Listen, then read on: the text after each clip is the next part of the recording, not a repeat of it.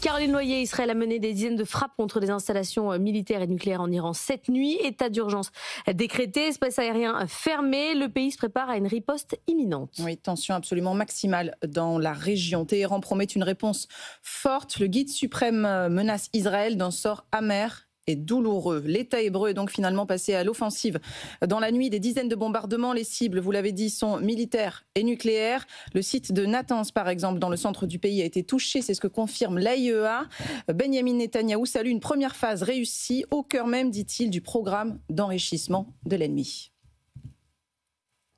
Ces dernières années, l'Iran a produit suffisamment d'uranium hautement enrichi pour fabriquer 9 bombes atomiques. 9. Au cours des derniers mois, l'Iran a pris des mesures qu'il n'avait jamais prises auparavant. Des mesures visant à utiliser cet uranium enrichi à des fins militaires. S'il n'est pas arrêté, l'Iran pourrait produire une arme nucléaire en très peu de temps. Cela pourrait se faire en quelques mois, voire en moins d'un an. Il s'agit là d'un danger clair pour la survie même d'Israël. Le Premier ministre israélien qui promet d'éliminer une menace qu'il juge existentielle. L'opération durera autant de jours que nécessaire, dit-il. Nous ne sommes pas impliqués dans des frappes contre l'Iran et notre priorité absolue est de protéger les forces américaines dans la région. A rapidement réagi le secrétaire d'État américain. Les Nations Unies appellent toutes les parties à une retenue maximale. Il ne voulait pas de ces frappes, Donald Trump. Non, il n'en voulait pas. Hier encore, il exhortait Benjamin Netanyahou à ne pas mettre ses menaces à exécution. Je ne veux pas qu'il le fasse. Cela ferait tout capoter, cela ferait tout échouer, disait-il. Référence aux négociations débutées mi-avril entre Washington et Téhéran et qui n'ont jusqu'ici pas abouti. Mais Donald Trump se disait jeudi proche d'un accord. Il privilégiait la voie diplomatique.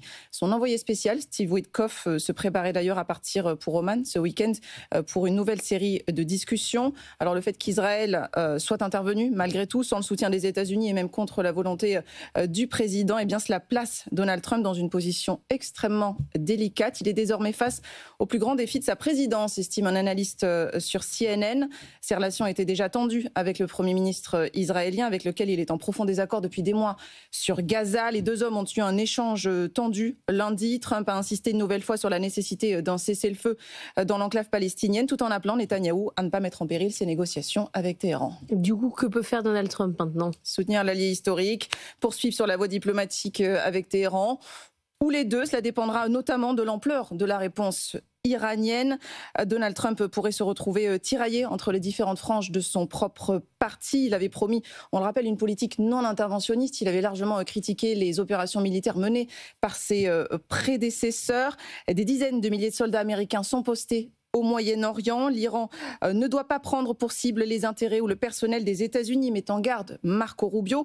L'Iran qui nous dit que les États-Unis seront responsables des conséquences de l'attaque que vient de mener Israël. Donald Trump, pour l'instant, n'a donné aucun signe indiquant qu'il serait prêt à utiliser les ressources militaires américaines dans la région pour aider Israël à se défendre. C'est ce qu'avait fait Joe Biden l'an dernier lorsque les deux pays s'étaient mutuellement attaqués. Donald Trump réunira son Conseil de sécurité nationale aujourd'hui. Merci beaucoup Caroline Noyer. Le Monde qui bouge, t'as retrouvé en replay, un podcast sur l'application BFM Business.